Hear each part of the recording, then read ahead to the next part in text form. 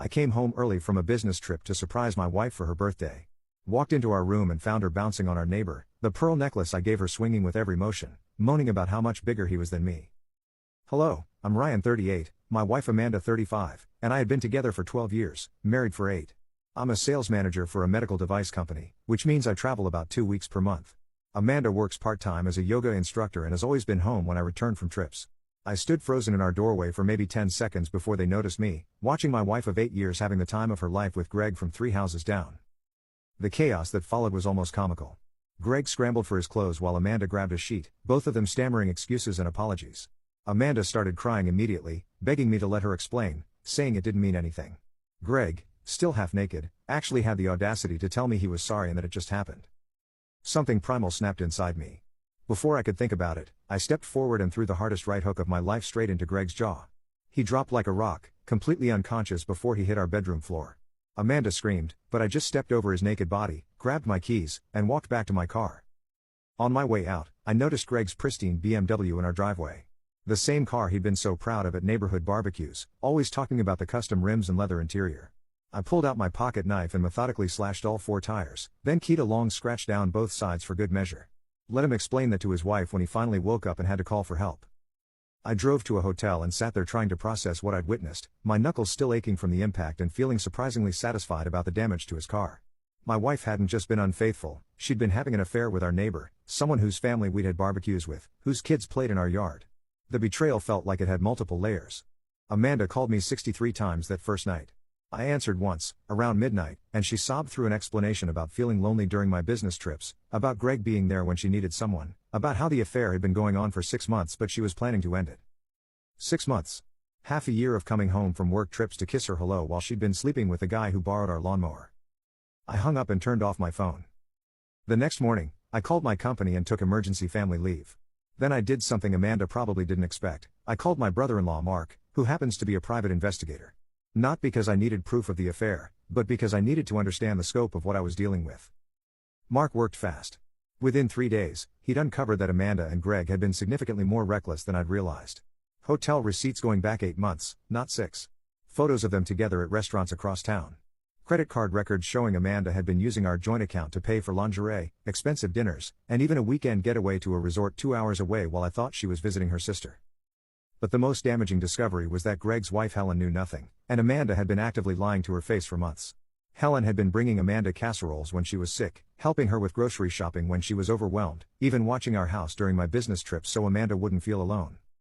Amanda had been using Helen's kindness to facilitate her own betrayal of both our marriages. I spent the next week planning something that felt appropriate for the situation. Amanda had humiliated me in our own home, so I decided she deserved a similarly public revelation of consequences. Our neighborhood has an active social media group where everyone shares recommendations, reports lost pets, and announces community events. It's moderated by 3 people, including Helen, Greg's wife. Most of the neighborhood follows it religiously. I crafted a post that was factual, brief, and devastating. I thanked everyone for being such wonderful neighbors over the years, announced that Amanda and I were divorcing due to her affair with Greg, and mentioned that I'd be moving out of the neighborhood to give everyone space to process this awkward situation. I scheduled the post to go live on Sunday evening, when most people would be online checking the week's neighborhood updates.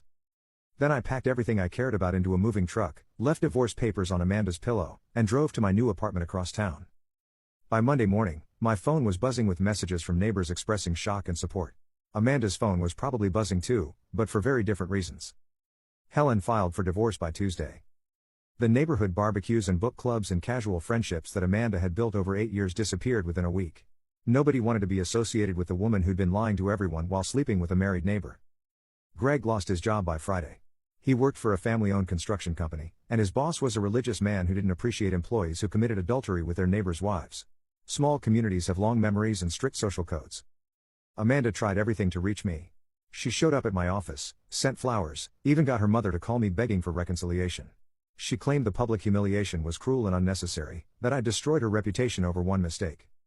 One mistake that lasted 8 months and involved deceiving an entire neighborhood. I maintained complete no contact and let my attorney handle everything else. Walked into our room and found her bouncing on our neighbor, the pearl necklace I gave her swinging with every motion, moaning about how much bigger he was than me.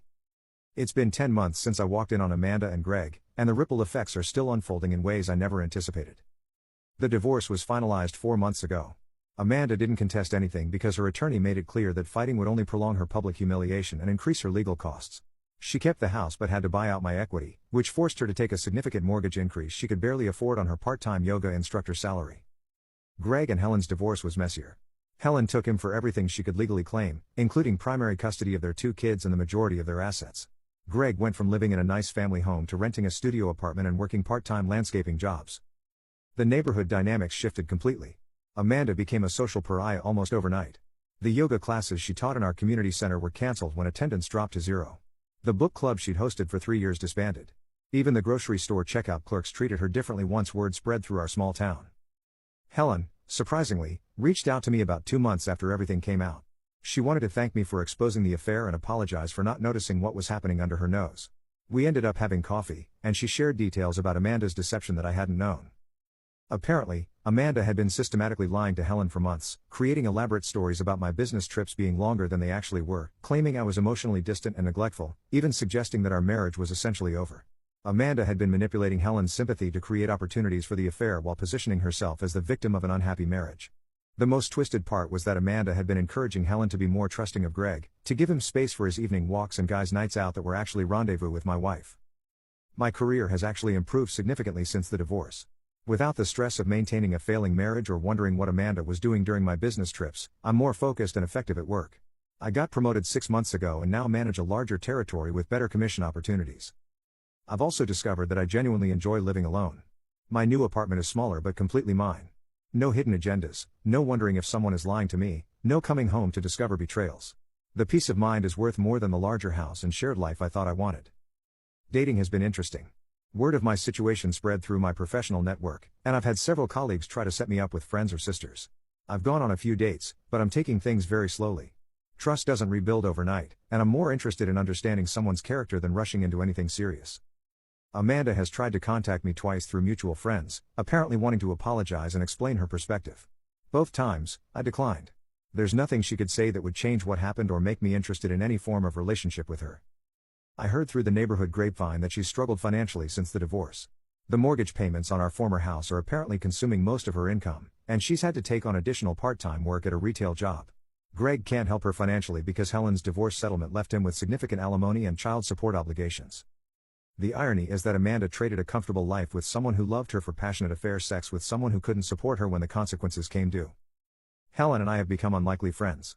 We occasionally grab coffee or attend community events together, not romantically, but as 2 people who survived similar betrayals and understand each other's experience.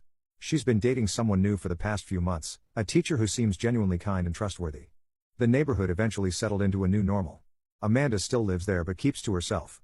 Greg moved away entirely after losing his job and couldn't afford to stay in the area.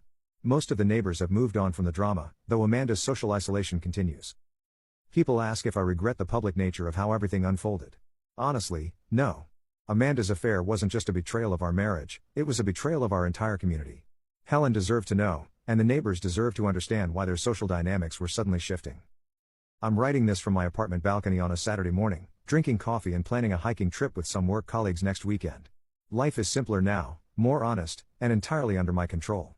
Amanda's choices gave me an unexpected gift, the opportunity to build a life based on authenticity rather than trying to maintain something that was secretly rotten. The best revenge turned out to be refusing to keep her secrets and moving forward without looking back.